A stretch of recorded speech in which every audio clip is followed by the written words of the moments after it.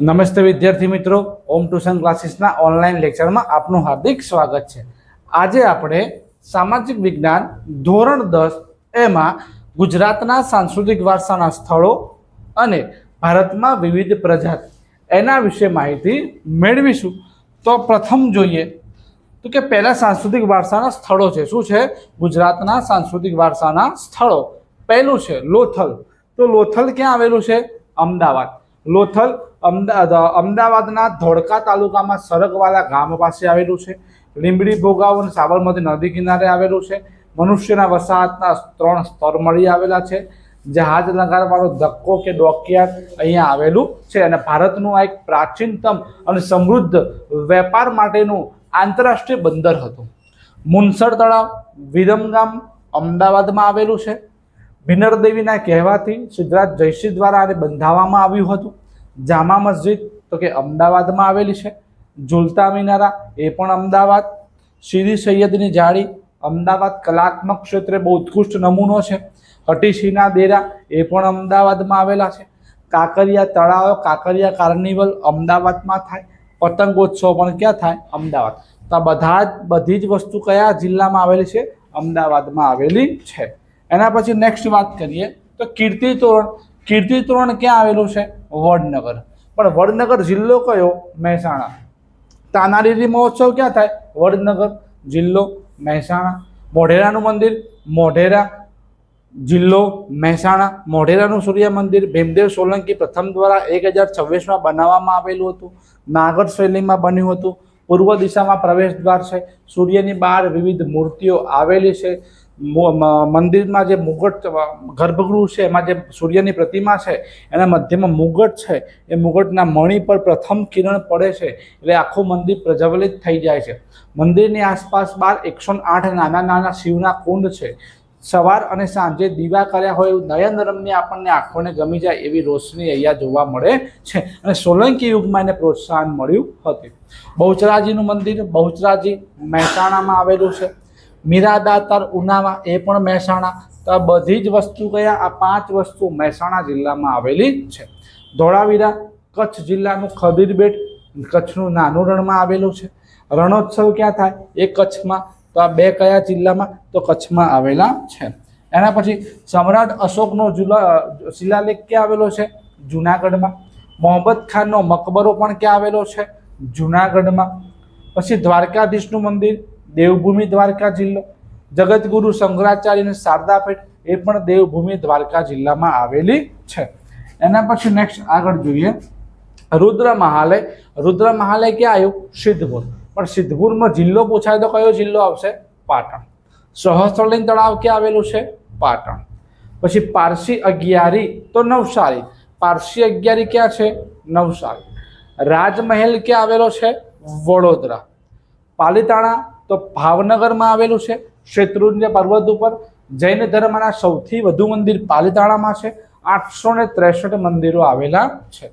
સોમનાથ મંદિર તો જિલ્લો ગીર સોમનાથ છે। ચાંપાનેર છે એ પંચમહાલના હાલોલ તાલુકામાં માછીની તળેટીમાં આવેલું છે। મહાકાળી માતાનું મંદિર એ પંચમહાલ પાવાગઢ। તો આ બંને વસ્તુ ક્યાં આવેલી છે? પંચમહાલમાં આવેલી છે। શામળાજીનું મંદિર અરવલ્લી જિલ્લો મેશ્વો નદી કિનારે છે। રણછોડરાયજીનું મંદિર ડાકોર એ ખેડા જિલ્લામાં આવેલું છે। એના પછી નેક્સ્ટ પોળો વિજયનગર જિલ્લો કયો છે? સાબરકાંઠા। અંબાજી દાતા તાલુકો બનાસકાંઠા ભાદરવી સુદ પૂનમે અહીંયા મેળો ભરાય છે। રોજડી રાજકોટ શ્રીનાથગઢ રાજકોટ અને રંગપુર જે છે એ અહીંયા સુરેન્દ્રનગર જિલ્લામાં આવેલું છે। આગળ જોઈએ તો કે આપણે જે સાંસ્કૃતિક વારસાના સ્થળો હતા એ સ્થળો અહીંયા આપણે પૂરા કર્યા। હવે આવે છે પ્રાચીન ભારતની વિવિધ પ્રજાતિઓ। તો આ પ્રજાતિ ક્યાંથી આવી હતી? એ વ્યવસાય શું કરતા હતા? એમનો ચહેરો એમના આકાર કેવા હતા? એ શું કરતા હતા? તો એના વિશે આપણે માહિતી મેળવી।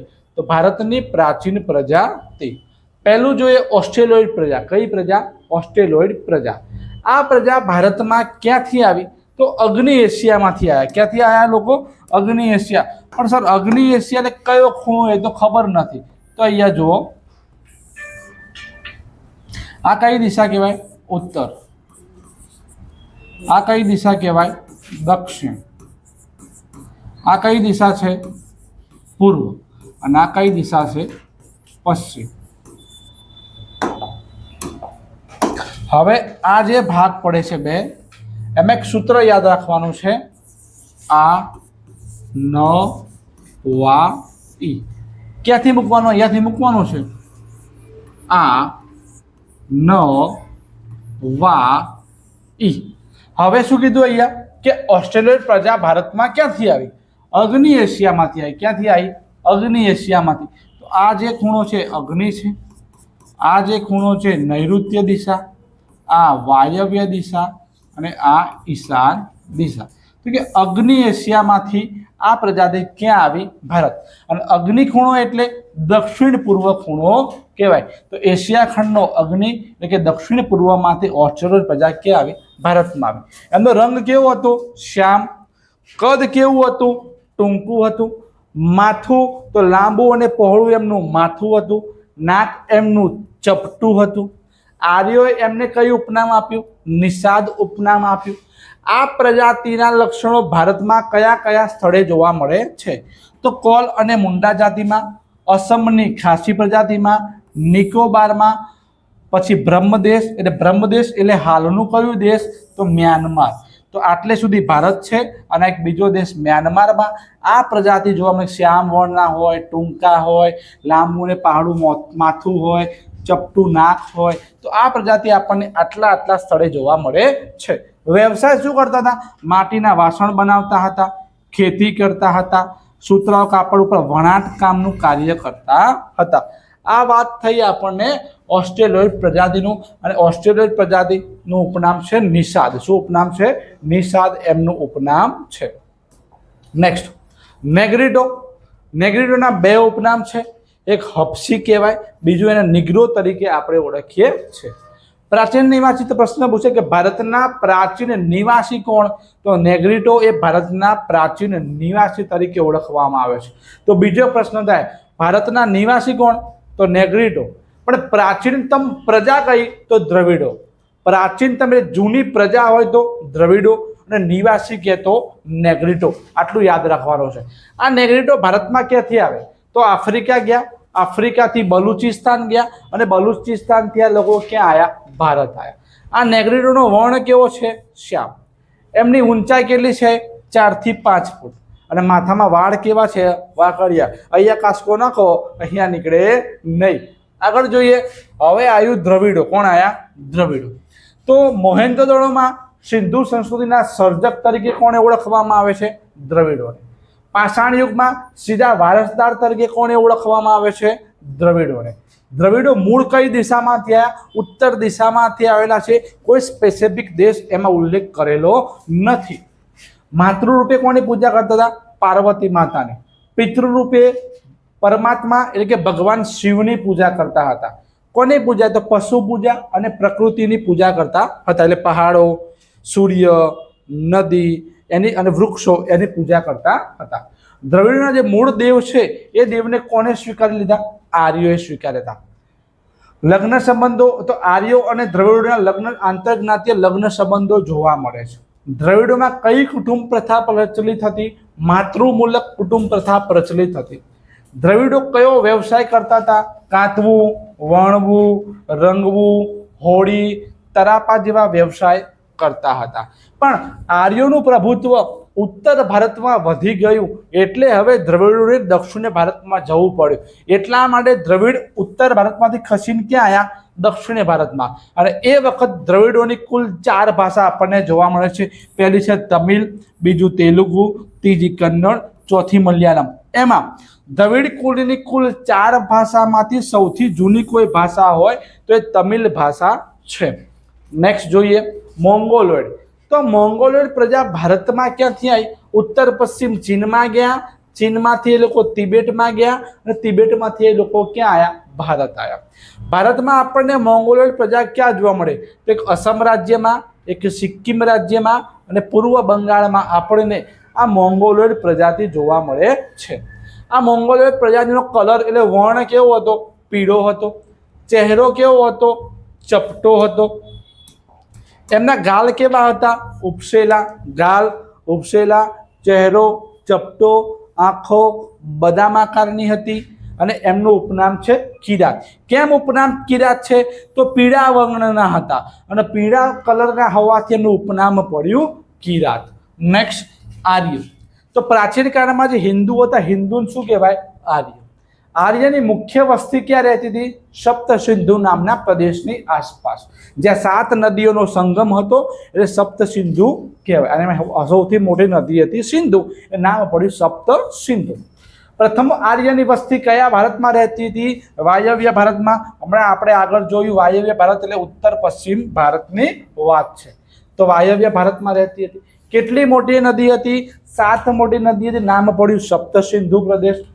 ઉત્તરમાં વૈદિક કાળમાં આપણે વાત કરી તો ઉત્તરમાં જે વૈદિક કાળ ચાલતો હતો એ સમયમાં આર્યો પૂર્વમાં ક્યાં સુધી જોવા મળતા હતા? મિથિલા સુધી. દક્ષિણમાં વિંધ્યાચલ પર્વતમાળા સુધી આર્યો વિસ્તરેલા કે ફેલાયેલા હતા. ભારત નામ ક્યારે પડ્યું? તો આર્યમાં ભરત રાજાના નામ ઉપરથી પહેલા ભરતભૂમિ નામ પડ્યું, ભરતખંડ નામ પડ્યું, ભારત વર્ષ નામ પડ્યું અને પછી આપણા દેશનું નામ પડ્યું ભારત. આ આર્યો કોના પ્રેમી હતા? તો કે પ્રકૃતિના પ્રેમી હતા. એટલે એ વૃક્ષો, પહાડો, વાયુ અને જળ એટલે પાણીની પૂજા કરતા હતા. અને સ્તુતિને શું કહેવાય? ઋચા કહેવાય. શું કહેવાય? ઋચા.